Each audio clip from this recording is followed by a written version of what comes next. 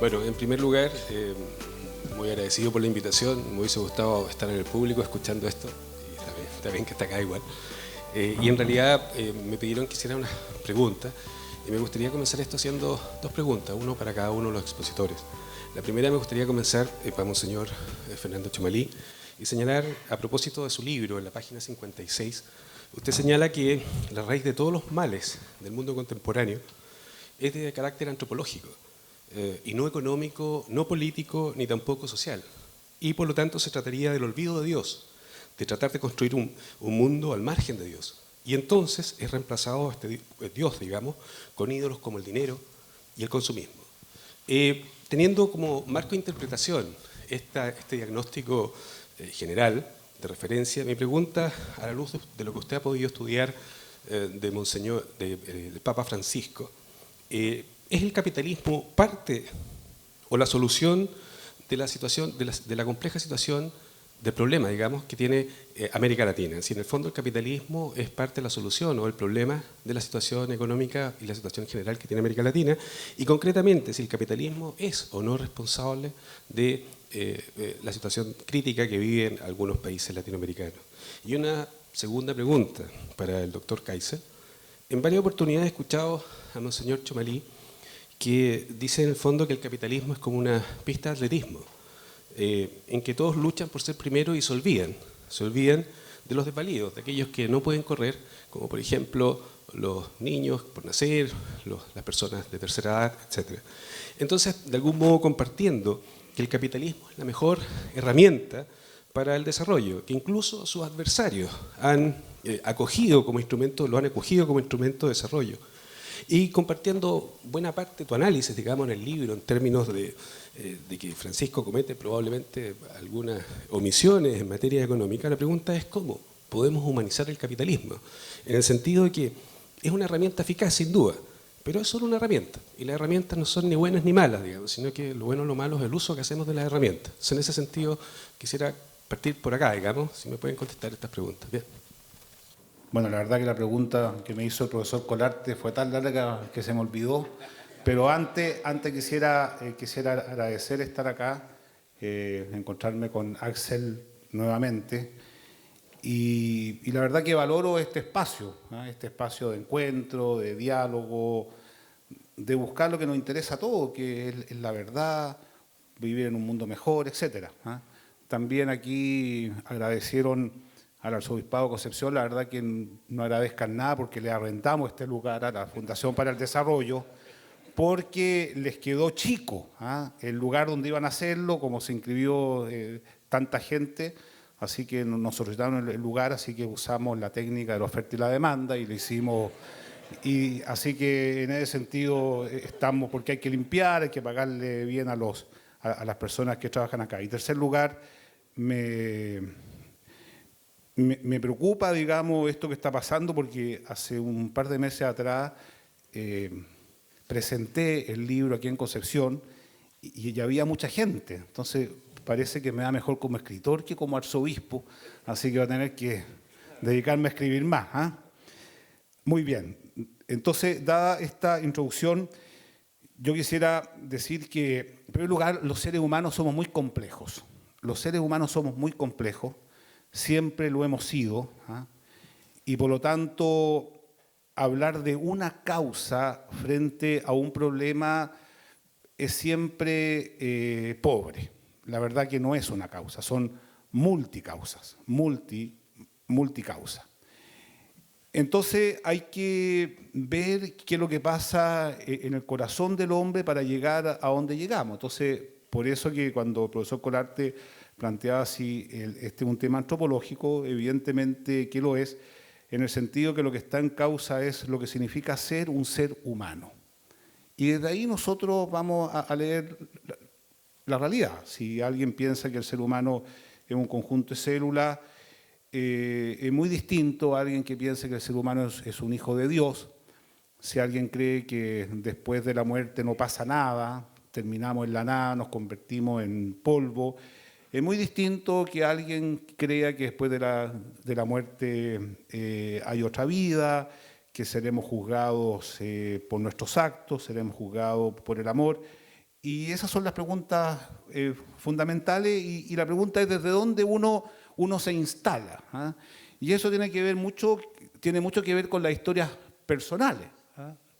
Y evidentemente todo lo que está haciendo Axel en este momento, que entre paréntesis significa hombre de paz, ¿ah? Por eso que me llevo también con él, porque significa hombre de paz, tiene que ver con una concepción del mundo y eso lo lleva a defender algunas ideas que me parecen respetables, discutibles, como todas las ideas. Si aquí, ¿por qué estamos aquí? Porque estamos buscando. Porque si los que estamos aquí tuviésemos todo claro, supiésemos todo, no estaríamos aquí. Pero estamos aquí porque estamos buscando, yo escribí el libro porque ando buscando, y creo que ese es el punto de partida. Por lo tanto, cualquier pretensión, digamos, de omniabarcante frente a los temas complejos económicos es una superficialidad. Ese es el punto de vista y ojalá que aquí quedemos con más preguntas que respuestas.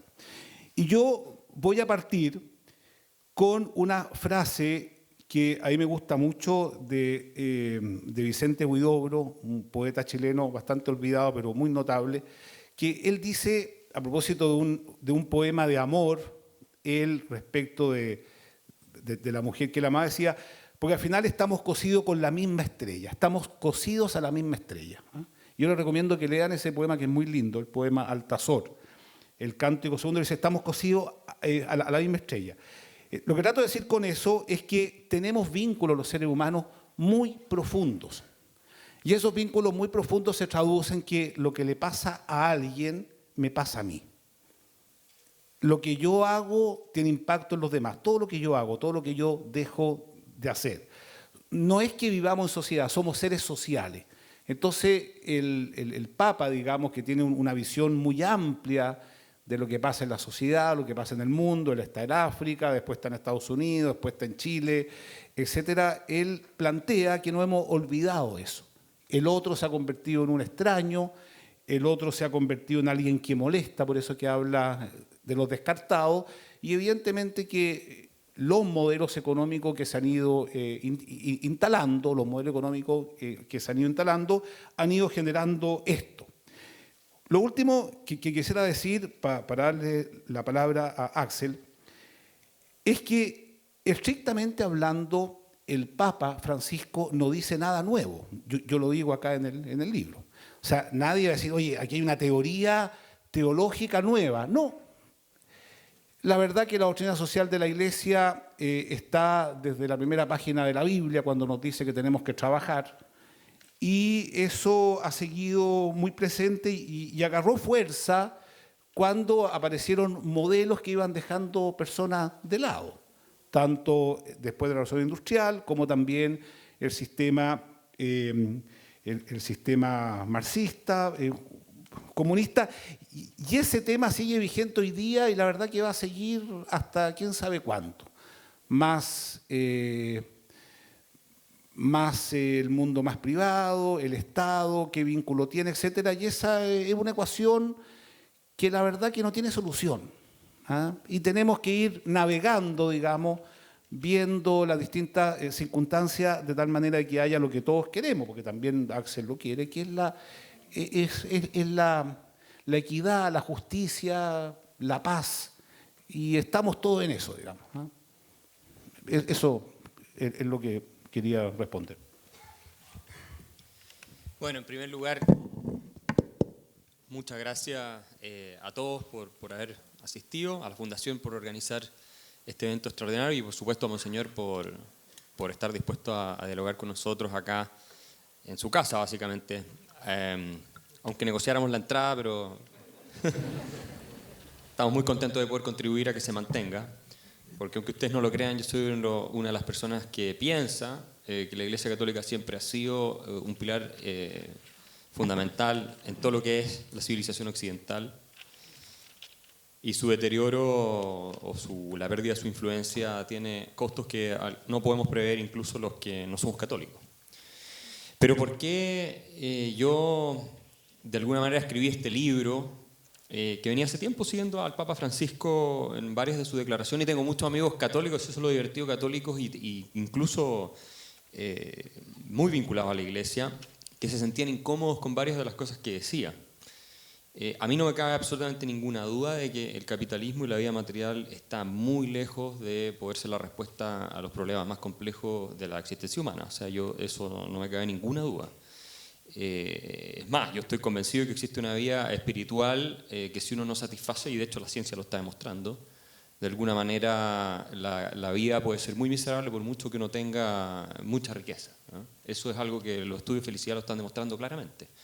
Es decir, que le están dando la razón a muchas de las posturas que diversas religiones, no solo la religión católica, muchas otras, han planteado por mucho tiempo. Entre otras cosas, que el amor y las relaciones humanas son fundamental fuente de bienestar. No el dinero, no el éxito, no el estatus. Eso es así. Pero ¿por qué decidí yo escribir entonces este libro? Yo solo me enfoqué en una cosa que me parecía llamativa en el caso del Papa Francisco, que eran juicios, opiniones, que a mi modo de ver y al de muchas personas son un tanto equívocos. Por ejemplo, a mí me gustaría darle un ejemplo que yo creo que sí es bastante ilustrativo en ese sentido, que en alguna oportunidad el Papa Francisco dice: el problema es que Latinoamérica está sufriendo los efectos, que marqué mucho en la nota así, de un sistema económico en cuyo centro está el dios dinero, y entonces se caen las políticas de exclusión muy grandes. Y sufre mucho. Y evidentemente, hoy día, Latinoamérica está sufriendo un fuerte embate del liberalismo económico fuerte. De ese que yo condeno en Evangelii Gaudium cuando digo que esta economía mata. Mata de hambre, mata de falta de cultura. La emigración no solo de África a Lampedusa o Lesbos, la emigración es también de Panamá a la frontera con México, de México con Estados Unidos. La gente migra buscando porque los sistemas liberales no dan posibilidades de trabajo y favorecen delincuencia.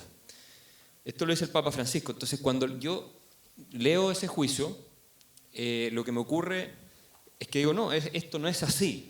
Vamos, si uno examina los países de América Latina, en los rankings de libertad económica, indicadores duros, digámoslo así, más objetivos, están todos casi todos, Chile es una excepción, Costa Rica hasta cierto punto una excepción, pero la mayoría de los países están entre los países con menos libertad económica del mundo. Venezuela es el que está el último en la lista. Y el país al que mejor le va en América Latina, en el sentido que a todos nos preocupa, que se supere la pobreza, que haya movilidad social, en fin, todas esas cosas, es Chile, que es el que tiene más libertad económica en América Latina. Y en general, los países con mayor libertad económica en el mundo son aquellos que todos admiramos: Singapur, Nueva Zelanda, Alemania, en fin, Estados Unidos, Inglaterra y así sucesivamente. Donde ciertamente hay muchos problemas. Y de índole espiritual tienen tal vez más problemas que otros países tal vez con menos niveles de desarrollo, puede ser. Pero si estamos hablando nada más, y en eso me enfoco yo, que es el tema cómo logramos que gente que muchas veces no tiene nada para comer salga adelante, que pasa cada vez menos gracias precisamente a la revolución industrial y esas cosas, pero que todavía pasa, el sistema es obviamente el libre mercado. Entonces, algunos juicios de Francisco son un poco más benevolentes con el sistema, pero en general tienen muchos que son muy duros y que si uno mira los datos dan para cuestionarlos fuertemente. Y obviamente él es una persona de mucha influencia, entonces no es como que lo diga cualquier persona, es una persona que influye en el modo de ver de mucha gente. Y a mí a veces me preocupa que se tomen los argumentos de él de manera maliciosa por parte de algunos caudillos, líderes, que de hecho algunos lo han hecho, para confundir a la opinión pública respecto a algunas cuestiones y justificar ellos políticas de populismo, intervencionismo, demagogia, que obviamente ya es la culpa de ellos hacerlo, no es la responsabilidad de Francisco, pero obviamente se agarran de cosas que él dice y uno como intelectual público puede participar aclarándolo un poco. Y solamente para concluir, si uno examina la historia de la humanidad, si uno se va al año 1800, en Europa Occidental, en Noruega, por decir un país rico, el ingreso per cápita era lo que hoy día consideramos extrema pobreza, $2 per cápita al año, digamos, no al año, al día, $2. Ese era el nivel de ingreso.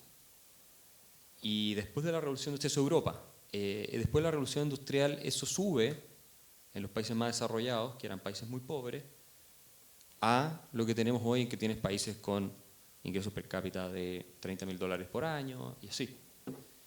Entonces, el incremento en la calidad de vida ha sido innegable.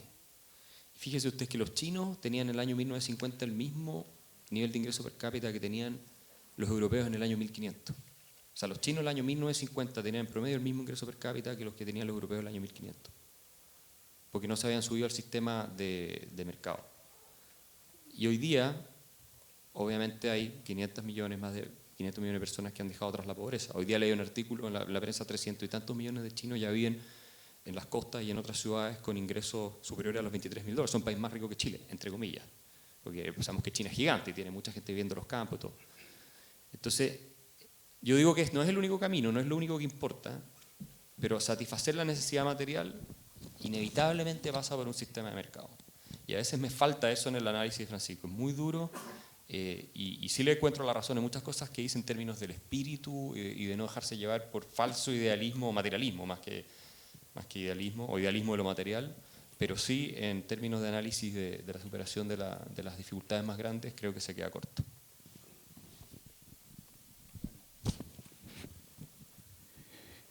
A ver, bueno, en primer lugar, en el ámbito teológico hay verdades que son absolutamente opinables y una de ellas es el tema económico, eso punto de vista, y por lo tanto el Papa está en todo su derecho de plantear eso, y lo que uno lamenta, digamos, bueno, de hecho se lo dije a Axel en el Mercurio, que tengo la impresión que él saca un texto, lo saca de contexto para presentarlo en un pretexto. Pero también el Papa dice que está a favor de la empresa, de los empresarios, yo también, y de hecho, en cierto sentido, yo también he incursionado en el mundo de la empresa social, y por lo tanto hay que mirarlo todo en un conjunto.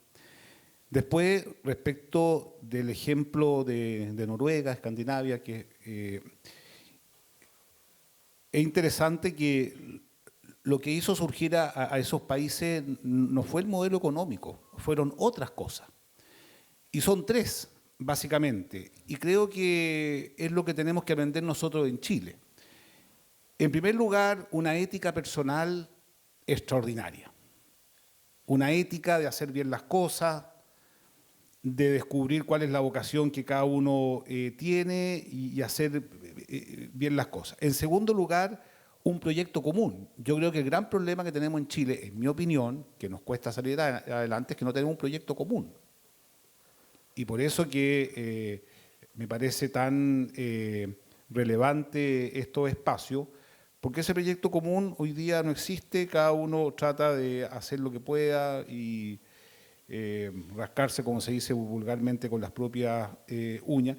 Y en tercer lugar, un estricto respeto por el bien común, por el otro.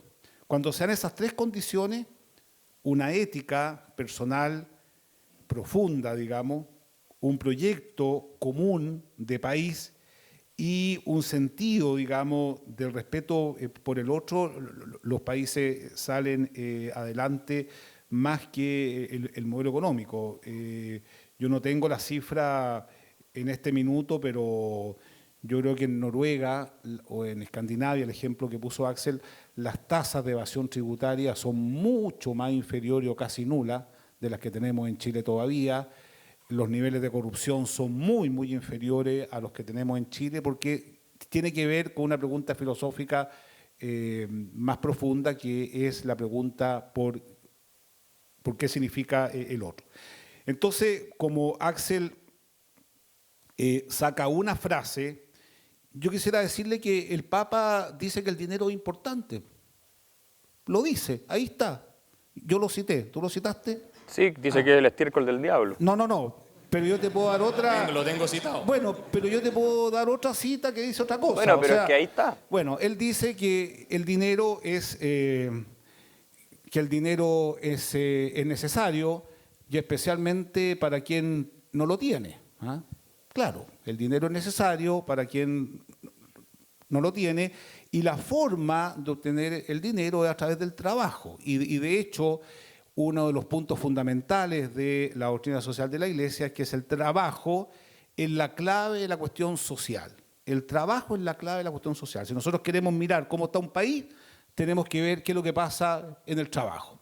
Y aterrizando un poco en lo que pasa en Chile, digamos, evidentemente que hay mayor inclusión laboral, sin lugar a dudas, pero todavía hay muchas cosas que mejorar y que tiene que ver justamente con esto de obtener lo más con menos. Por lo que pasa, por ejemplo, con los inmigrantes, ya eso es un escándalo, no porque alguien viene de fuera en la condición que esté, no va a tener los seguros que corresponden, no va a ser tratado como corresponde. Todavía, digamos, y no te hablo en teoría, te hablo de lo que pasa, a mí me llegan a diario personas que no pagan las imposiciones, que echan a la gente de una forma arbitraria, etc. Pero el principio fundamental es cómo nos organizamos en torno al trabajo, que tiene la centralidad de la persona. El trabajo tiene una dimensión objetiva de lo que se hace y una dimensión subjetiva de quién lo hace. Entonces, quizá el acento del Papa, de la doctrina social de la Iglesia, está en quién lo hace. Y evidentemente que en el ámbito más liberal está en qué es lo que hace, ¿ya? Entonces, yo siento que ahí hay un tema. Y lo otro es que, sin ser autorreferente, yo creo que la rentabilidad, digamos, que para muchos es la condición necesaria, digamos, para poder lograr un desarrollo económico, yo pienso que no. Hay otro tipo de rentabilidades que a veces son mucho más importantes porque le dan el peso específico a lo que es una sociedad, ¿ah? Por ejemplo, a mí me da, en el fondo me da tristeza que por ley haya que incluir a personas con algún tipo de capacidad especial, con discapacidad, etc. Es una vergüenza eso, que por ley haya que hacerlo. Lo razonable es que cada uno de nosotros piense que cualquiera de nosotros podemos salir a la esquina y podemos quedar con una discapacidad. Hoy día, en este minuto, cualquiera de nosotros ahora nos puede dar un infarto y podemos quedar con problemas. Entonces, que la ley tenga que obligar a hacer algo que debemos hacer por humanidad, a mí eso me preocupa mucho y creo que eso está pasando. Y voy a decirle algo, pero para demostrar, digamos, que no todo es oferta y demanda, porque quizás ese sea como tu núcleo fundamental. El de toda la economía, bueno, monseñor. Pero yo te voy a demostrar que no es así. Mira, nosotros nos conseguimos recursos por 150 millones de pesos, ¿ya? Nos conseguimos recursos por 150 millones de pesos. Hace 4 años atrás hicimos una lavandería, donde empezamos con 10 jóvenes con síndrome de Down y con 0 kilos de ropa. Hoy día nosotros tenemos 25 jóvenes con síndrome de Down, de los cuales 15 trabajan con nosotros y los otros están en Falabella, en DIFOR, en el Arzobispado, en la Universidad Católica, etc. 25 personas y se autofinancia. Es decir, si queremos comprar máquinas, hay que ir a hablar con los amigos. Pero ¿a qué voy yo? Estas 25 personas estaban en su casa todo el día. Todo el día estaban en su casa. No tenían ninguna posibilidad, ninguna especie, porque la ley chilena dice que una persona de los 25 años puede estar en un colegio y después ya no. En su casa todo el día, con todo lo que eso significa para él, para la familia, etc. Si uno saca cuentas económicas, la verdad que es un desastre, porque nadie se embarcaría, digamos, en un negocio. La lavandería, digamos, tiene una dimensión económica porque tenemos que cumplir con los pedidos, tenemos que cumplir con la calidad, etcétera, sabiendo que solamente se autofinancia en la operación, ¿ah? Pero, ¿qué valor le atribuyes tú, digamos, ¿cómo podríamos cuantificar económicamente eso? Eso no tiene precio. Entonces, yo siento que hay que ampliar un poco la mirada, en mi opinión, y entrar en otro tipo de categoría respecto de las personas más vulnerables. Y yo creo que ese es el llamado de fondo que hace el Papa, que ampliemos la mirada, y bueno, y de hecho yo parto en el libro haciendo esta invitación de ampliar la mirada y que no todo es económico, hay otros valores que también son fundamentales, y pienso que si yo defendí un poco, pienso que pudiste haber sido un poco más benevolente, digamos, respecto de eso. Digamos. Sí. Bueno, a ver, yo no saco de contexto nada para usar de pretexto. La verdad es que las reacciones críticas a los dichos de Francisco no solamente han venido de mi parte, sino gente de la misma Iglesia Católica.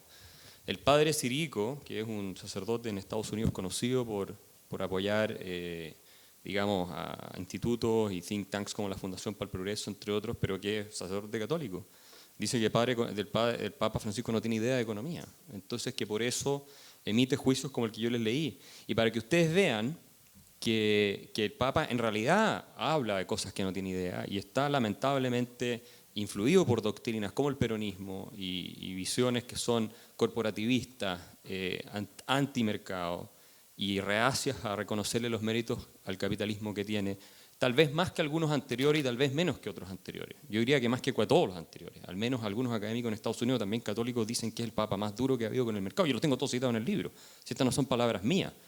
Y tengo además la prensa internacional. El Spiegel en Alemania dijo que este es el Papa más de izquierda que existió en la historia de la Iglesia Católica. Y que a veces usa el lenguaje de un revolucionario de izquierda. Eso dice el Spiegel, que es un diario de izquierda, de los más importantes que existen en el mundo occidental. Después tenemos The Guardian también diciendo en Inglaterra que Papa es el nuevo héroe de la izquierda mundial por tipo de juicios que él emite en este sentido. Lo mismo pasa con el Washington Post, que dice que el Papa Francisco no se puede entender sin Perón. Ustedes que conocen la historia argentina saben quién fue Juan Domingo Perón. Y así suma y sigue, el New York Times, la misma historia. Entonces vean ustedes lo que dijo el diario El País de Uruguay a la cita que yo les acabo de leer. Esto es una editorial del diario El País de Uruguay, que es un país socialdemócrata. ¿Cómo le contesta el diario El País de Uruguay en una editorial? O sea, esto no es una columna de opinión, es una posición oficial del diario. Después de la cita que yo les digo cuando el Papa sostiene que el gran problema de América Latina es el liberalismo económico. Yo no sé cómo puedo haber descontextualizado eso. O sea, él dice eso. Yo no lo saqué a ningún contexto, a menos que el Papa entienda por libertad económica todo lo contrario a lo que entendemos quienes estudiamos un poquito más este tema. El diario El País dice, ¿en qué planeta vive el Papa para pensar que el problema de América Latina, pululada y hundida por el socialismo del siglo XXI y sus aliados más timoratos, sufre los efectos del liberalismo económico? ¿Cómo puede agarrárselas con el liberalismo cuando calla frente a la flagrante violación de derechos humanos en Venezuela? Miren, bueno, ese es otro tema, no quiero entrar en eso porque ahí también se le ha hecho varias críticas al Papa. Y después sí, en estas y otras declaraciones el Papa, por tanto, se mezclan varias cosas. La primera es que muestra no tener idea de lo que está hablando, ni respecto a la ciencia económica, ni respecto a la situación de América Latina. Ojo, estas no son mis palabras. Esto lo hice en una editorial del diario El País de Uruguay, que es el diario más importante de Uruguay, país vecino de Argentina, que conocen al Papa desde hace mucho tiempo, que fue, ustedes saben, obviamente hizo su carrera en Argentina y terminó en Buenos Aires antes de irse a Roma. Y así, los países más prósperos, más justos, etcétera, sigue el argumento. Entonces, este tipo de reacciones, monseñor, no son mías. Este tipo de reacciones, yo tampoco sería tan duro de partida. Yo no tengo ninguna frase mía así de dura en el libro respecto a las posiciones de Francisco. Pero es que él se mete en patas de caballo cuando hace afirmaciones que no son efectivas. Y no solamente es esa. Michael Nowak, yo supongo que merece los respetos, monseñor, intelectuales de la comunidad católica en general, que un teólogo católico falleció hace poco tiempo atrás, de los más importantes que ha habido, era cercano a Juan Pablo II, sostiene él, yo lo tengo citado, que Francisco no tiene una buena teoría acerca de cómo superar la pobreza. Y cuando Francisco va a Estados Unidos, Michael Nowak dice, ojalá que no venga a repetir las cosas que he hecho en otros lados acá. Porque la verdad es que él dice cosas que no son efectivas. Eso lo dice Michael Nowak, no lo dice Axel Kaiser. Entonces, a menos de que todos estemos equivocados, monseñor, y que todos lo estemos sacando de contexto, hay algo ahí de liviandad en los juicios que hace el Papa, de falta de conocimiento sobre las cosas de las que él está hablando. Cuando habla de economía, no me quiero meter en otros temas, estoy hablando solamente cuando hablo de economía. Y por lo demás, monseñor, efectivamente es verdad lo que dice usted en el sentido de que la ética del trabajo, la cohesión y la comunidad son factores fundamentales para reducir los costos de transacción. La economía lo tiene estudiado y por lo tanto facilitar el progreso económico. Pero la realidad de las cosas, y todos los economistas están de acuerdo hoy, es que el tremendo aumento explosivo del ingreso per cápita en el mundo, que no solamente fue en Noruega y Suecia, por lo demás, fue en todo Occidente, incluyendo obviamente países como España, incluyendo obviamente países más latinos, países de América Latina, algunos países de África, que es el continente más rezagado, y gran parte de Asia, tiene que ver con haber abrazado el sistema de economía de mercado o capitalismo. Más, menos, pero tiene que ver con eso. Y ahí no hay nadie, es decir, yo cito un economista famoso de la India, Deepak Lal, que es profesor de UCLA, que dice eso. No soy yo el que lo está diciendo tampoco. Si yo me cuidé mucho de no atribuirme a mí juicios críticos respecto de los postulados de Francisco en su documento. Entonces, al final, ¿qué es lo que yo percibo? Yo percibo que sí, hay una preocupación legítima, yo le reconozco al Papa que sí hay una preocupación legítima por la pobreza, pero que su diagnóstico está equivocado y está influido por doctrinas que hemos conocido históricamente en América Latina. Tuvimos toda la teoría de la sustitución de importación, a veces da la impresión que hay algo de eso, tuvimos a la CEPAL, tuvimos un montón de teorías que fueron muy destructivas y todos los economistas serios están de acuerdo en eso respecto a crear oportunidades para los pobres. Y sobre la lavandería, me parece fantástico, obviamente que eso no se puede cuantificar en dinero, pero si no existieran los empresarios que están ganándose dinero para poder financiar esto, o la gente que ayudó contribuyendo para que se pueda desarrollar a cabo el proyecto de la lavandería, que es entiendo hasta cierto punto con intenciones económicas de ser autosustentable, pero tiene algo de componente filantrópico detrás. Entonces no se podría hacer. De hecho, los países más filantrópicos del mundo, donde existe más gente... ¿Saben ustedes cuál es el país más filantrópico del planeta? Donde la gente destina más recursos de su bolsillo y destina más horas de su tiempo a trabajar por los demás. Estados Unidos. Lo tiene el ranking del World Giving Index. Ahora, claro, es una sociedad muy religiosa. No nos olvidemos de eso. Pero es también la sociedad más capitalista del planeta.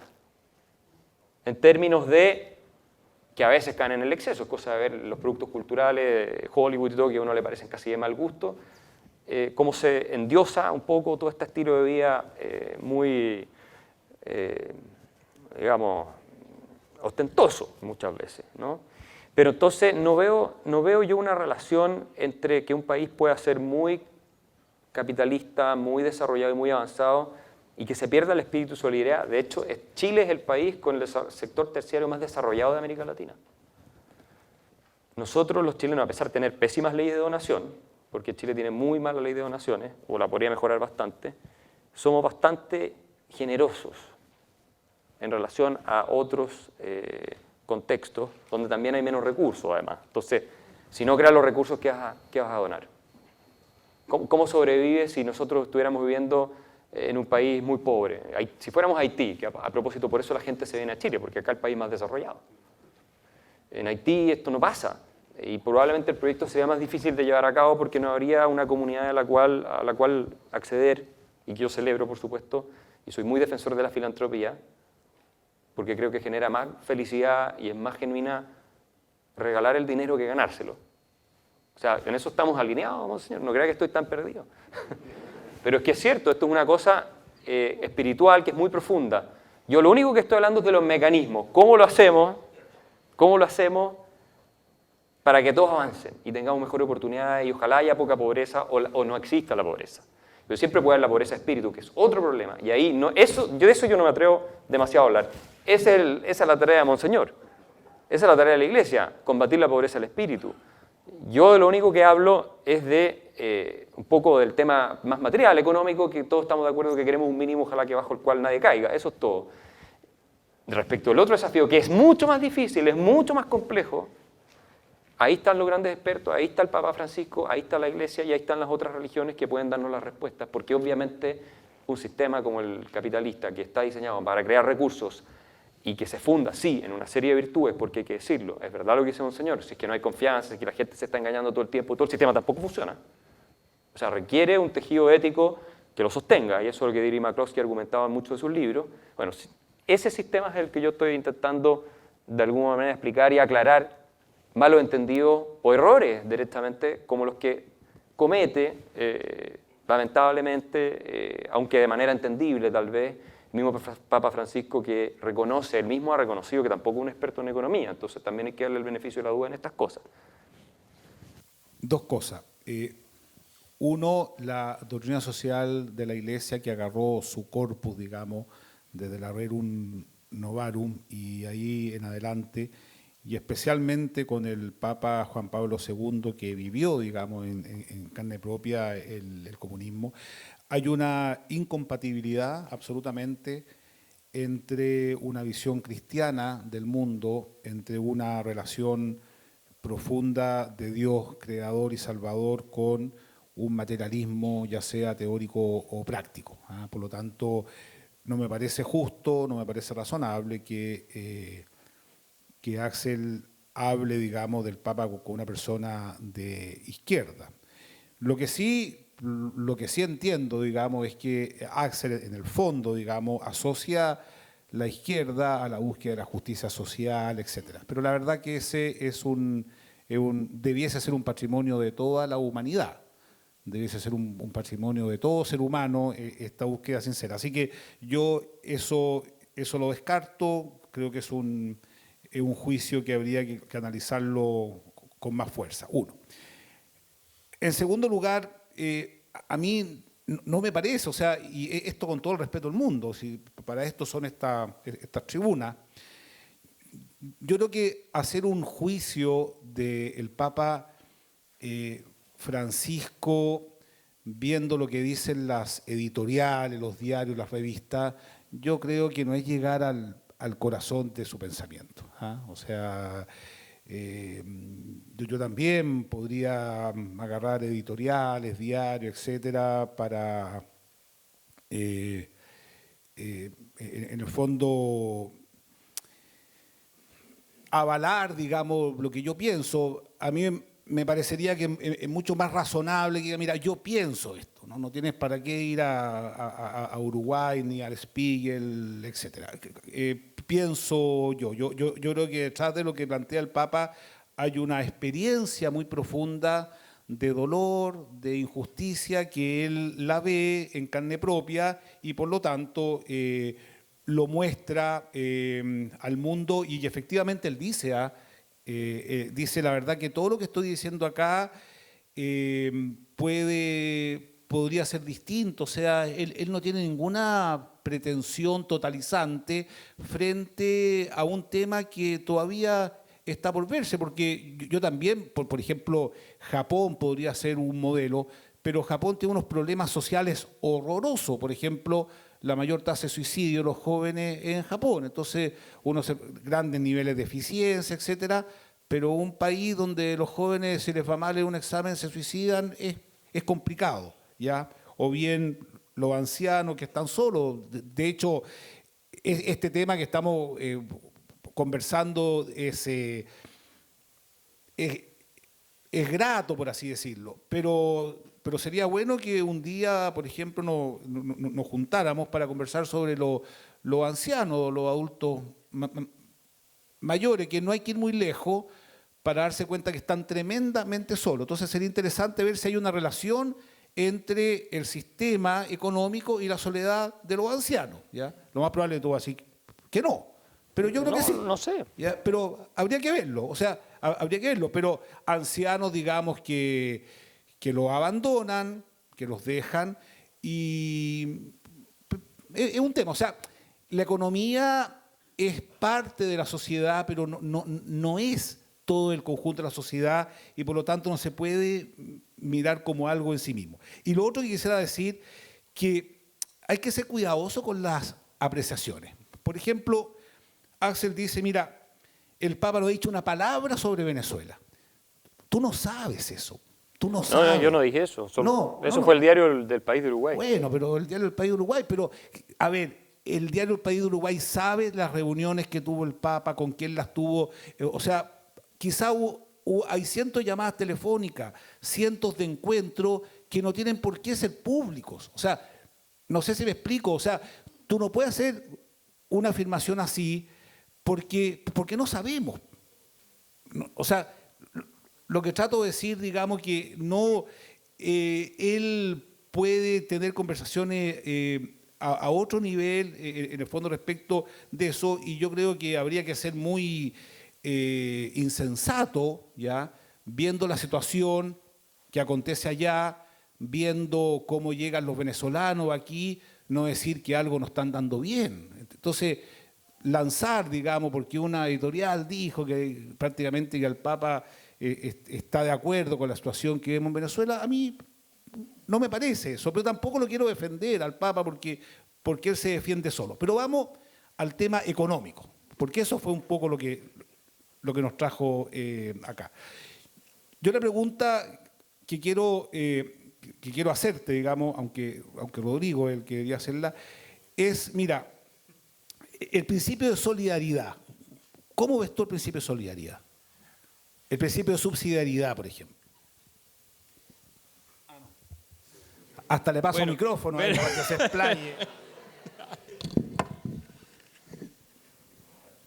Sí, bueno, partiendo por aclarar, obviamente yo me leí la encíclica, leí Laudato Si, leí Evangelii Gaudium, leí muchas entrevistas al Papa y lo que pasa es que obviamente busco fuentes secundarias, incluso de personas mucho más informadas como Michael Novak y otros, que han estudiado esto. En Estados Unidos se han publicado varios libros académicos, no libros así de difusión, sobre el tema que iluminan en relación a las ideas del Papa, y entonces uno va con la fuente secundaria también confirmando lo que tal vez, o descartando lo que uno puede interpretar de la fuente primaria, porque efectivamente uno no es el experto en todos los temas y tiene que apoyarse en los que sí son expertos. Entonces, esta opinión obviamente yo la comparto y también la respaldo con juicios que vienen de distintos rincones del mundo, incluso personas de la Iglesia. No es solamente mía, y lo van a poder ver en el libro. Ahora, sobre la solidaridad, yo siempre he pensado que la solidaridad es un acto que refleja lo mejor del espíritu humano y que por lo tanto tiene que ser voluntario por definición. Si es forzado, deja de ser solidaridad. Entonces, a mí me parece, muchas veces en la discusión pública se confunde como, mira, vamos a subir los impuestos, entonces vamos a redistribuir más y entonces somos más solidarios. No me parece que eso sea solidaridad. A mí me parece que eso es desligarse de la responsabilidad individual que tiene cada uno de ayudar al prójimo, especialmente al que sufre, al que es necesitado, a sobreponerse, y yo en parte lo hago, no crean que no, a sobreponerse de los problemas que tiene, digamos, ayudarlo con los problemas que tiene. Pero eso es solidaridad. Si yo voy y digo, gobierno, súbale los impuestos a los ricos, chuta que soy solidario, yo creo que cuando llegues digamos, al cielo no me van a decir, oye, fuiste solidario, sí, pedí que subieran mucho los impuestos. No es la forma de ser solidario. Entonces, como yo creo que la solidaridad es una virtud, es una cualidad del espíritu humano, no puede ser, primero, delegada, tiene que ser ejercida por la persona, por cada uno de nosotros, y en segundo lugar, no puede ser transfiriéndole el costo a un tercero, ni por la fuerza, porque los impuestos son coacción al final. Yo puedo decir, o sea, quitémosle más impuestos a la gente que está acá, y a todos ustedes les subo los impuestos. Y yo digo, ay, que soy solidario, entonces soy la presidenta Bachelet, y digo, chuta que fui solidaria, le quité todos estos impuestos a los empresarios para redistribuirlos. No, eso no es ser solidario. Entonces, si realmente creemos en que vamos a ayudar al prójimo, ayudémoslo y pongamos nosotros el pellejo en el juego. Pero tuiteando con el iPhone, desde lejos, diciendo, chuta, que son poco solidarios los empresarios porque no pagan más impuestos, y mientras tanto yo no hago nada por ayudar a la gente que sufre, porque yo creo que nadie es lo suficientemente pobre como para no tener algo que darle al prójimo. Eso es lo que yo creo realmente. Y muchos de los que hablan de solidaridad tienen incluso medios para poder ayudar y no lo hacen. Entonces no, y nos hacemos los lesos. Y aquí viene una observación que hace Alexis de Tocqueville cuando va a Estados Unidos, que a mí me parece notable, porque Alexis de Tocqueville observa esta sociedad que es extremadamente religiosa, la sociedad norteamericana, y él dice, es impresionante cómo los anglosajones acá, o sea, los americanos, se organizan para resolver sus problemas, desde la ebriedad, los ancianos que se quedan sin apoyo, las personas que tienen problemas de conducta criminal, etcétera, etcétera, se organizan en la sociedad civil para resolver todo este problema. El Estado no se mete en nada. Y tiene una frase notable donde dice, si estuviéramos en Francia, donde todo el mundo idolatra al Estado, nadie se haría responsable de nadie y dirían que el Estado tiene que hacerse cargo de todo. Que es un poco la filosofía que lamentablemente heredamos en América Latina. En que nos encanta hablar de que somos buenas personas, pero que lo pague el otro y que sea el Estado el que se encarga y no sube en un pedestal aquí mismo a decir hoy que soy bueno porque estoy diciendo, ¿no es cierto?, que la gente de más allá tiene que pagar impuestos. Siempre es fácil ser generoso con la plata de otro. Y eso me pasó una vez en un debate con la Mónica Rincón y con Daniel Matamala en CNN. En que Mónica Rincón me dijo, entonces, ¿a usted qué es la solidaridad?, me dijo. Como porque yo le decía, mira, cada uno tiene que asumir la responsabilidad por su vida, tiene que asumir la responsabilidad por el prójimo. Yo le dije, es un acto voluntario. Si yo tengo una pistola en la cabeza, no te puedo obligar a ser solidario. Eso ya no es solidaridad. Entonces, así la veo yo y creo que es uno de los principios elementales sin los cuales la sociedad no funciona y no podemos tener ni tampoco una economía funcionando porque hay ciertos niveles de virtuosismo, digo, que son necesarios para que una sociedad también funcione a nivel económico. Por lo tanto, el homo económicos yo lo rechazo categóricamente. La teoría del hombre maximizador nada más es falsa, antropológicamente falsa y tampoco funcional. Y es un vicio del cual deberíamos alejarnos, del cual nos advierten incluso algunos liberales como James Buchanan y otros más, que nos dicen, eso no es el hombre. Y Adam Smith, para terminar, Adam Smith, el gran padre de la economía moderna, era un filósofo moral, que era un gran observador de la realidad social y del ser humano. En su teoría de los sentimientos morales habla de toda esta cosa, de la solidaridad. Lo importante es el mínimo de esencia que existe en cada ser humano que lo lleva a preocuparse del otro, todas esas cosas. Y eso es parte fundamental, lamentablemente, y en eso sí encuentro que hay razón en la crítica que muchas veces se hace desde la Iglesia al discurso público, es que está demasiado enfocado en el economicismo, demasiado enfocado en los números, en el PIB, en el producto, todo eso. Y muy poco en la parte ética, en la parte del sustrato valórico, que en realidad es lo más importante, que está detrás de todo eso y que sustenta todo eso, y que está en todos estos pensadores. Adam Smith, que está en Alexis de Tocqueville, que está en Lord Acton, que está en Hayek, que está en toda esta gente, pero que es su parte menos conocida, y ahí sí yo comparto la crítica, se ha ido instalando una antropología que ha matematizado al hombre, lo ha convertido en una unidad productiva que, claro, para los efectos de simplificar las clases de economía, tú tienes que hacerlo, para hacerlo simple, ¿ya? Y yo entiendo que eso genera un poco de rechazo y lamento, y es uno de nuestros trabajos en la Fundación, es humanizar esa cuestión. Porque no somos meros factores productivos, somos mucho más que eso. Así que... Monseñor, ¿economía de la comunión es la respuesta? Oye, bueno, pero escuchando a Axel, estamos de acuerdo en todo, vamos, no estamos de acuerdo en todo. A ver, yo quisiera dar algunos principios de la doctrina social de la Iglesia para explicarme un poco mejor. En primer lugar,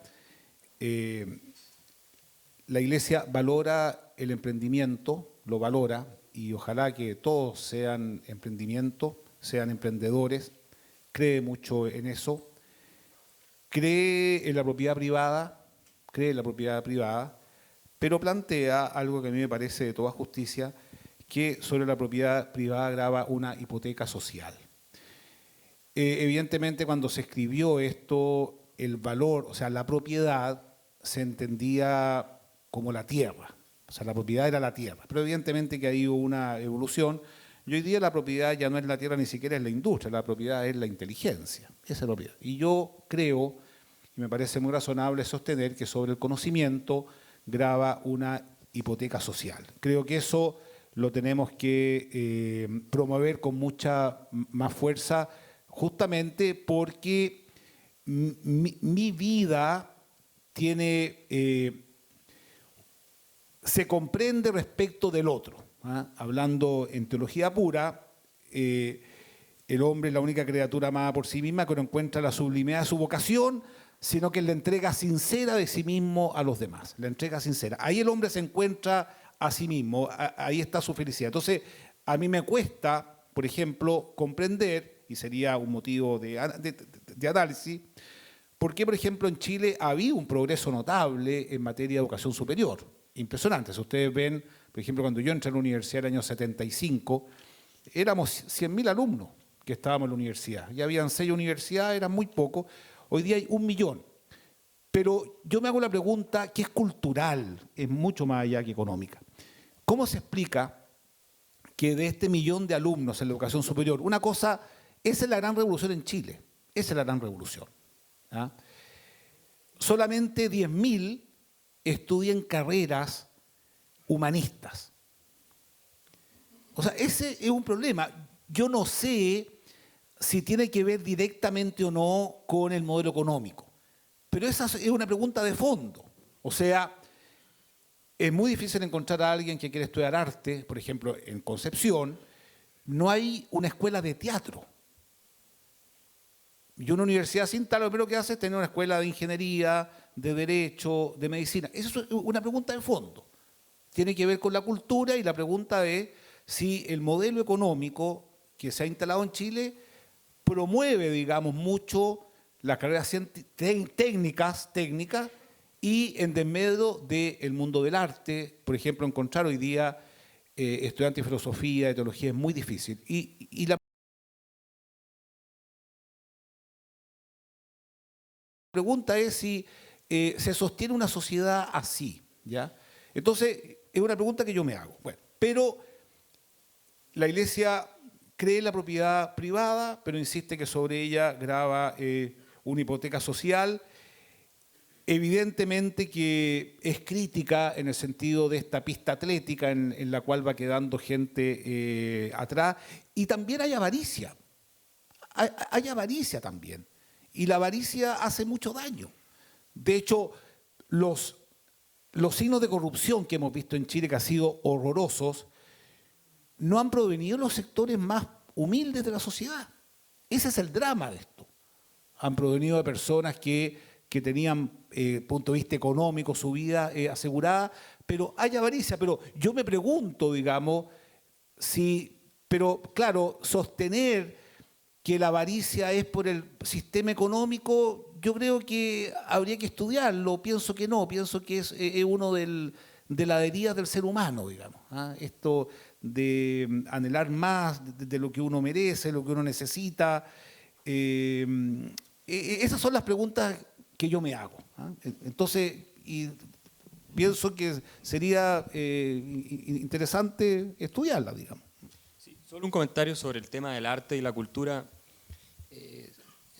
Obviamente hay factores que son propios de cada país, que son propiamente identitarios de fomentar más la cultura o menos, y eso en países de Europa, por ejemplo, yo estoy muy conectado con Alemania, la música, la literatura, todas estas cosas son parte esencial, están hasta en la canasta del IPC las entradas al teatro, digamos, o sea, es una cosa con la cual no se puede concebir la vida, sin la cual no se puede concebir la vida. Ahora, sí tiene mucho que ver también con que cuando los países están en vías de desarrollo, obviamente los recursos se destinan a aquello que es primero más urgente.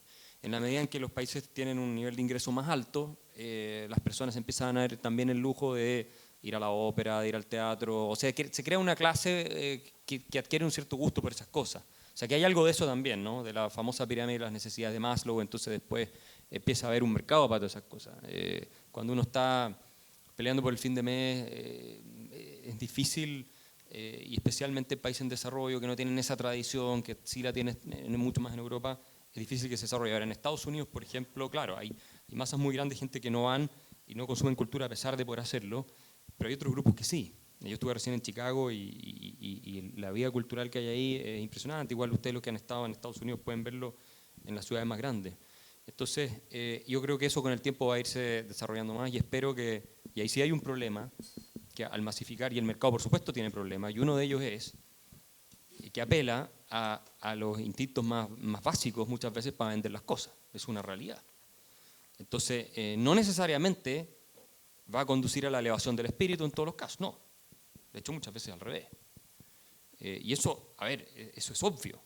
Vean ustedes los reality shows de televisión. Pero si es un asco. Eso yo creo que no eleva el espíritu. Yo preferiría muchas veces hacer, y en ese sentido la educación es muy importante, difundir las cosas importantes, una sociedad en la cual la gente esté más interesada en ir al teatro o ir a la ópera o qué sé yo, incluso a veces no son ni tan caras las entradas, que estar viendo eso o estar pegado todo el día al celular viendo chismes por Facebook o por Instagram. Claramente ahí tenemos un desafío. O sea, yo soy lejos de ser idolatraré el mercado, porque no creo que el mercado somos seres humanos interactuando con ciertos márgenes de libertad, produciendo progreso, produciendo ciertas cosas, pero que tiene, por otro lado, obviamente costo, o tiene desafíos, por decirlo de alguna manera. Lo que pasa es que no se me ocurre un sistema mejor. Yo creo que dentro de ese marco de libertad podemos ir asumiendo esos desafíos, y por supuesto, gracias al mercado, una gran pianista como la que salió aquí de Isla Pascua, Mahani Tabe, creo que se llama, que es chilena y que ahora está dando conciertos en el extranjero y todo, puede venir a Chile, hace un concierto, ya puede vivir de eso. Es muy importante que los artistas puedan vivir de lo que hacen y que ojalá no sean mendigos de las platas que les da el Estado para poder vivir de lo que hacen. Porque entonces el Estado empieza a politizarlo todo, el que está controlando.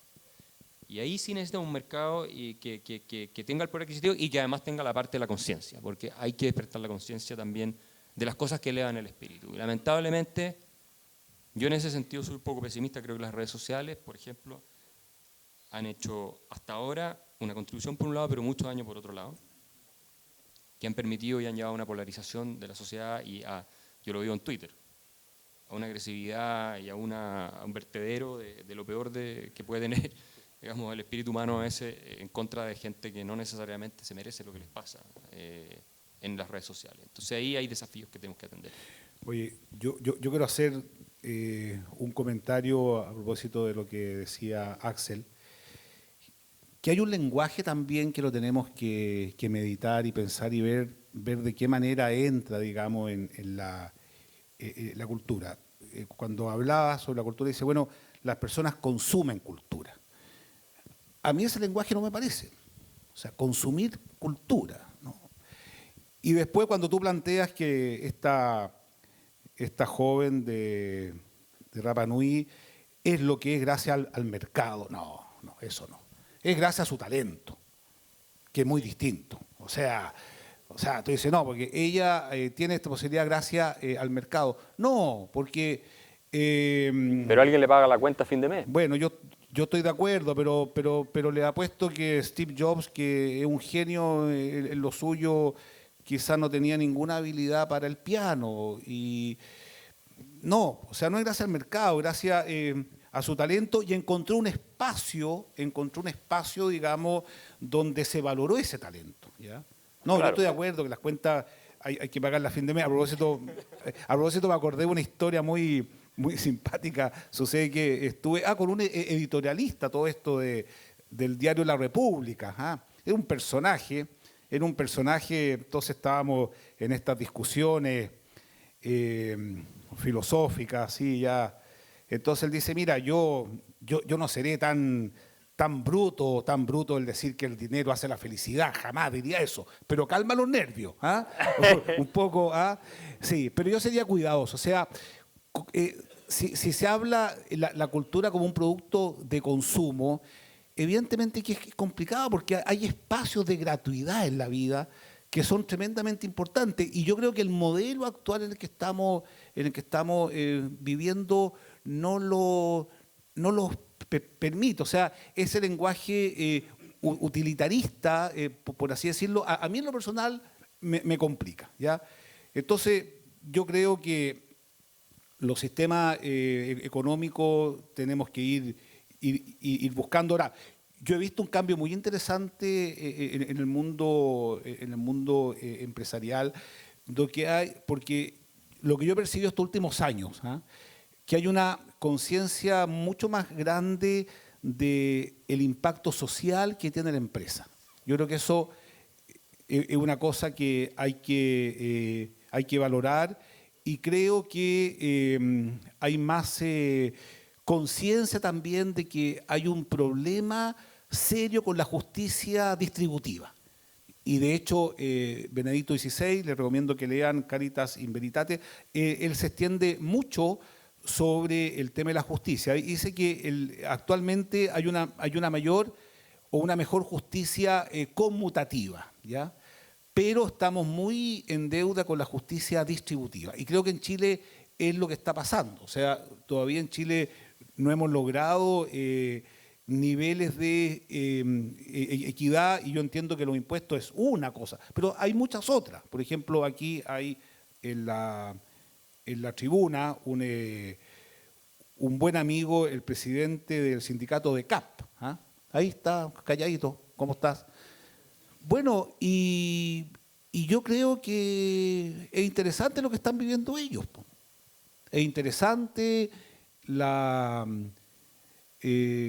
que están viviendo, lo que están tratando de hacer para defender su fuente de trabajo, y evidentemente que ese núcleo, digamos, productivo, donde hay familia, etcétera, no puede quedar, digamos, a la deriva como está pasando. O sea, para mí es una pregunta.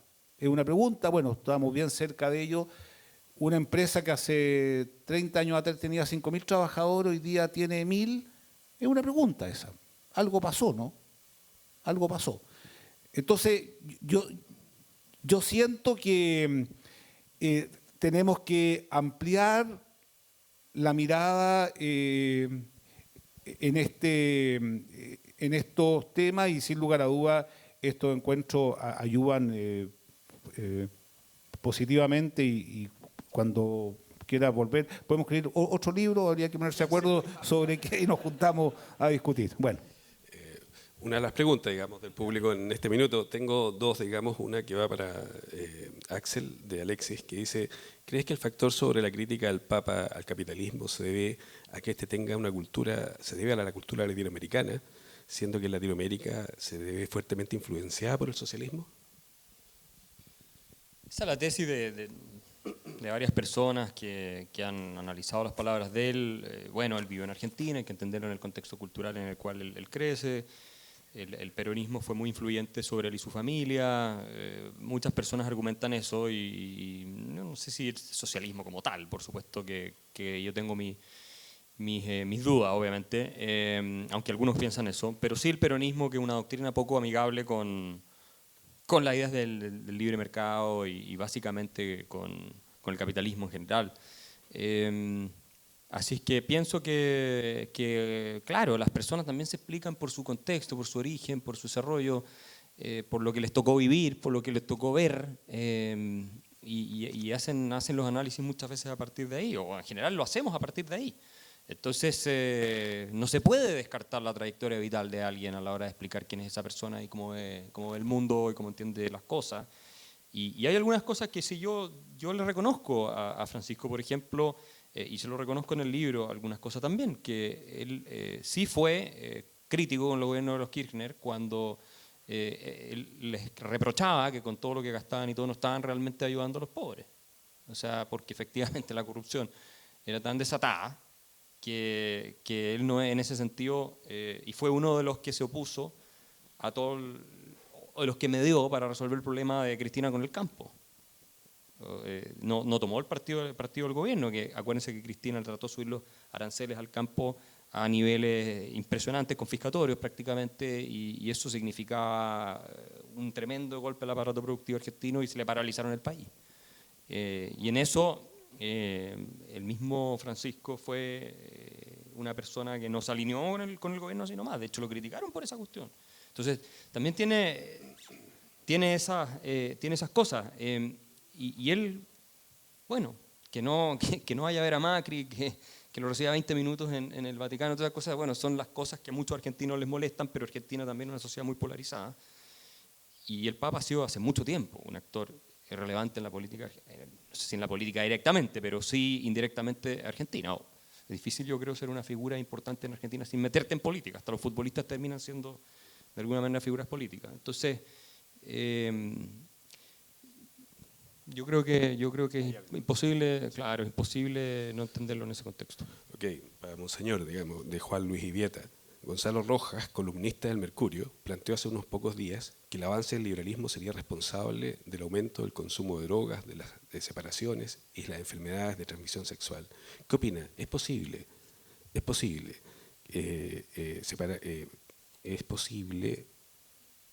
No entiendo la palabra, pero la idea es si el liberalismo, separar el liberalismo económico del valórico. Esa es la pregunta en el fondo.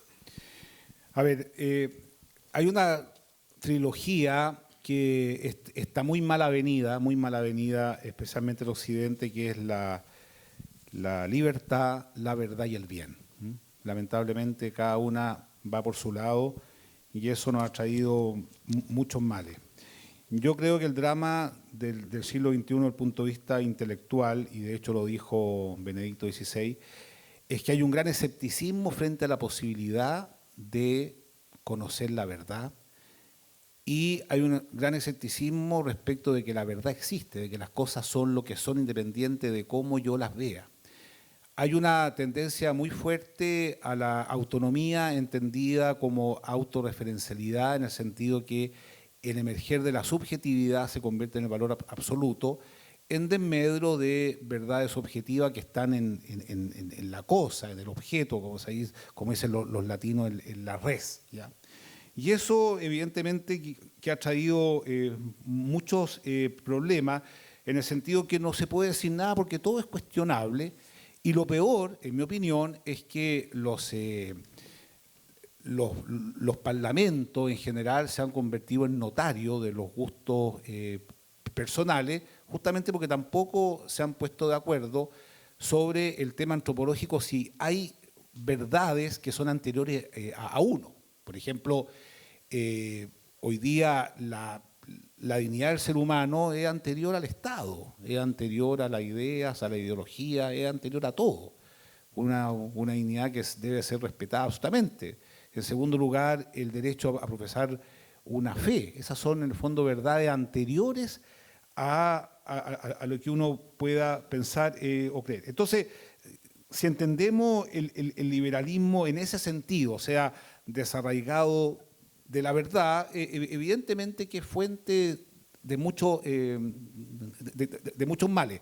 Pero también hay otra cosa que a mí me parece importante en este tema, pero quizás porque son preguntas que yo me hago, que quede claro aquí. Yo no vengo a dar una cátedra sobre lo que es vivir, porque también soy bastante atormentado, digamos, como ser humano. Es la pregunta por el sentido de la vida.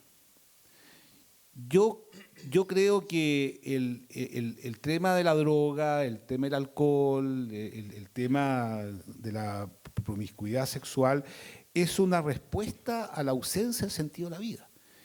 Y yo creo que a nosotros nos educan mucho a pasarlo bien, nos educan mucho a competir. Yo por ejemplo, provengo, lo digo sin vergüenza, si las cosas son lo que son, yo provengo de una familia muy competitiva. ¿Ah?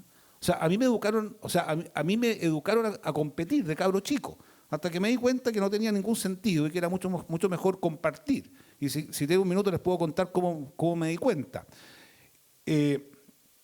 Entonces, claro, cuando uno logra encontrarle el sentido a la vida, se pregunta por su propia persona. Y son las preguntas que han estado arraigadas en el ser humano desde siempre.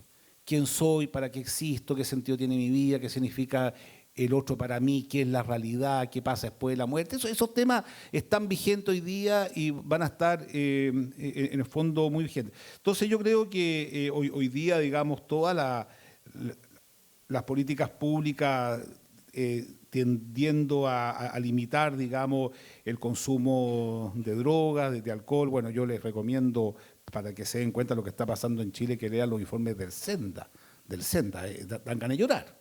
¿Ah? Véanlo, lo que está pasando con los jóvenes, con los niños, en esa materia. Bueno, para qué decir cómo se disparó el VIH, pero el fondo es una ausencia de sentido de la vida. Y yo, gracias a Dios, digamos, no es mérito mío, encontré el sentido de la vida en Cristo. O sea, al punto que en el fondo le entregué la vida a Él y ha sido una buena experiencia. Así que esa es la respuesta. Yo quisiera decir algo sobre eso porque estoy prácticamente de acuerdo en todo lo que acaba de decir Monseñor, para sorpresa tal vez de muchos.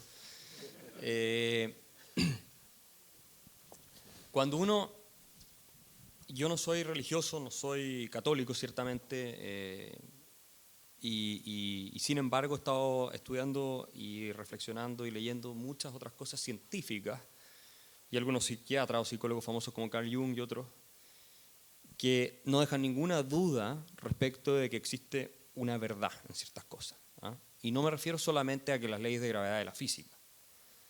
Existe una naturaleza humana. Existe una naturaleza humana. Eso es algo que yo se les recomiendo leer el último libro de Steven Pinker, que acaba de sacar, que se llama Enlightenment Now, sobre la ilustración, en donde él sostiene, basado en estudios del cerebro, obviamente es un científico, un neurocientífico de Harvard, que él dice, y esto es, yo sé que puede sonar un poco chocante para alguien que lo ve desde un punto de vista más, pero yo creo que es compatible. con una visión más espiritual de la naturaleza humana, es que existen verdades fijas, demostradas científicamente sobre lo que somos los seres humanos. Ahora, todo esto obviamente hay que tomárselo con un grano de sal, pero existen, y existen verdades también respecto a las diferencias entre hombres y mujeres que están demostradas científicamente, en contra de la teoría del constructo social que han promovido ideologías más bien marxistas, que existen y están ahí. Y por lo tanto hay cosas que son, en general, objetivamente buenas para los seres humanos y otras que no lo son. Léanse el libro de Jonathan Haidt, profesor de la Universidad de Nueva York, que se llama The Happiness Hypothesis, y se van a dar cuenta de esto. Y ahí hay muchos ejemplos con los que estarían de acuerdo, con los que Monseñor estaría totalmente de acuerdo, por ejemplo. El ser humano es mucho más feliz dando que recibiendo. O sea, él dice, es mucho más, la vida hedonista no te deja nada, no te da sentido. No, y eso lo tienen estudios científicos que han seguido a la gente, han hecho todo el esfuerzo. En cambio, una vida en la cual tú de alguna manera sientes que le haces un aporte a otros, es mucho más gratificante. La vida en conexión de relaciones familiares, afectivas, positivas con la gente, hace bien. Se ven los efectos fisiológicos. En el cerebro de la gente se ve. La vida solitaria, en general, siempre puede haber excepciones, pero en general la vida solitaria o en la persecución del estatus solamente, de la cosa del ego, te destruye, te hace infeliz, te amarga. Estas cosas son verdad. Entonces yo concuerdo, y el liberalismo, y una sola cosita más, el liberalismo clásico no es que es el problema, que lamentablemente tal vez no hemos hecho el trabajo de explicarlo bien, pero no es esa reducción del ser humano a la pura autonomía y haz lo que quieras, no tenemos idea de lo que es la vida buena, todo vale. Porque ni Lord Acton, ni Alexis de Tocqueville, ni Adam Smith habrían dicho, no, consumo de droga, bueno, es tu problema, da lo mismo, chao. No, y yo estoy totalmente de acuerdo en que hay instituciones fundamentales. Hayek habla de la importancia de la familia para la sociedad, por ejemplo. La desintegración de la familia es uno de los graves problemas que tenemos en Occidente. Es así, y en parte todos esos problemas de drogadicción, alcoholismo, tiene mucho que ver con eso. Entonces, vamos a tener que empezar a desarrollar un análisis mucho más serio, filosóficamente, antropológicamente y científicamente, que decir, cada uno haga lo que quiera y está bien. Obviamente, yo no soy partidario que el Estado le impida o los obligue a usted a hacer cosas. Es que ahí está el límite del liberalismo, le dice el Estado que no se meta, pero nosotros como sociedad civil tenemos que hacernos cargo de los problemas y de generar un discurso que permita tener más sentido. Bueno, el problema que tengo el problema intelectual que tengo con Axel es que el lenguaje de él a mí me complica mucho. Porque él dice, oye, mira, está demostrado científicamente que es mejor que uno se gratifica cuando da. Entonces, la pregunta que le hago, o sea, pero si no hay gratificación, ¿no se haría? Y yo te puedo dar casos de héroes, de santos, por de pronto las mamás. No tiene nada de gratificante levantarse 40 veces en la noche porque el niño está llorando. No tiene nada de gratificante. Pero se hace por la ontología de lo que significa ser madre, etc. Entonces, o sea, yo veo que el paso que tenemos que dar, y lo podemos dar juntos, ¿ya?, es ver cómo pasar de una mirada utilitarista. O sea, está demostrado que es bueno ser bueno, porque dice, hace bien. Y si no hace bien, yo te digo, hay personas, todas las mamás que están acá, y la abuelita, si su nieto se mete al agua, se tirarían, ¿o no?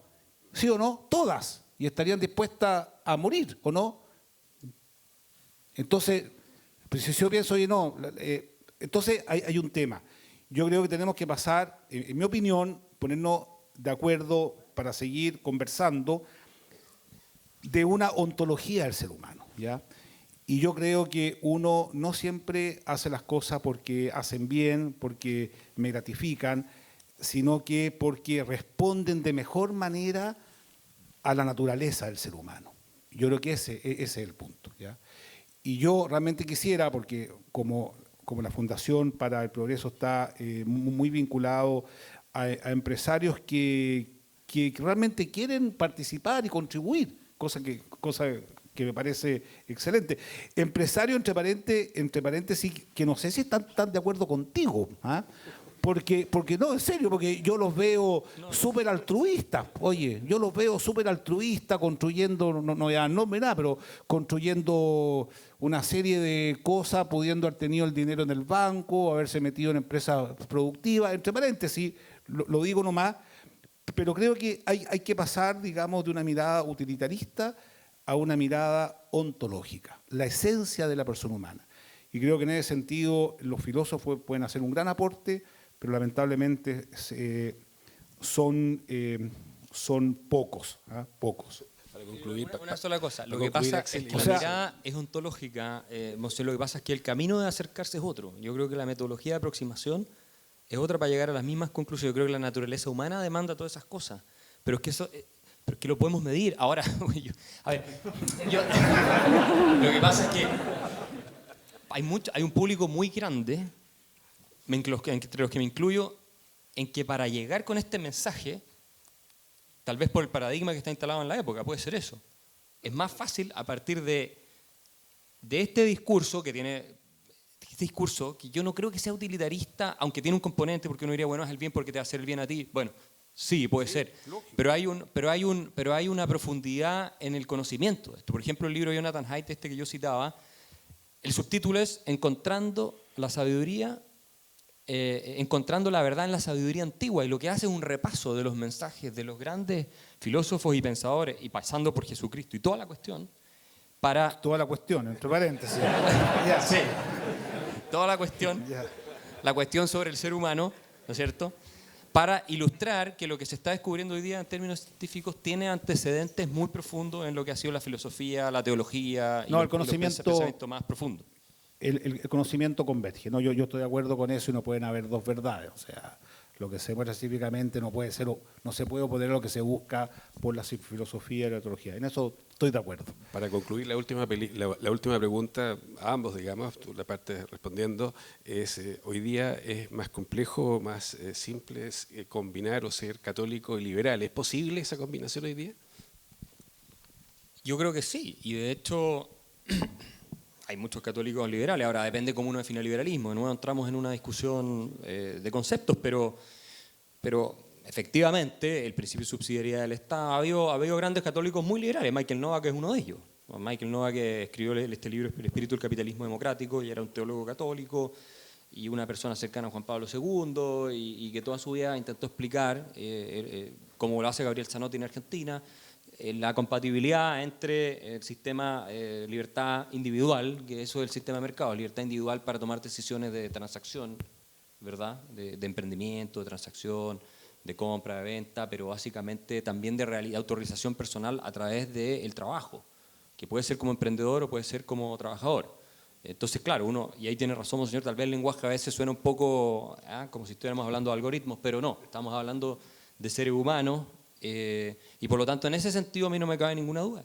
Y en otros temas, yo creo también, o sea, todo lo que estamos hablando de la naturaleza humana, salvo que sea un liberalismo, que el concepto se usa para todos lados, entonces es una cosa bien manoseada, pero salvo que sea un liberalismo dogmático, ideológico, como los hay, que niega muchas veces la evidencia empírica y que tampoco es capaz de trascender el análisis a la evidencia empírica, que eso también hay que hacerlo, pero que niega la realidad, o sea, ciertas cosas que son lo que son y que uno tiene que aceptarlas como son y puede discutir todo lo que quiera, pero tiene que aceptarlas como son, y estamos hoy día en un mundo en que todo parece ser relativismo, pero el liberalismo clásico nunca fue sobre relativismo, ni relativismo moral, ni relativismo científico, en el sentido de cualquier sistema económico funciona, por ejemplo. Si ustedes leen la Declaración de Principios de la Sociedad Montpellier, que se funda el año 47 por iniciativa de Friedrich von Hayek,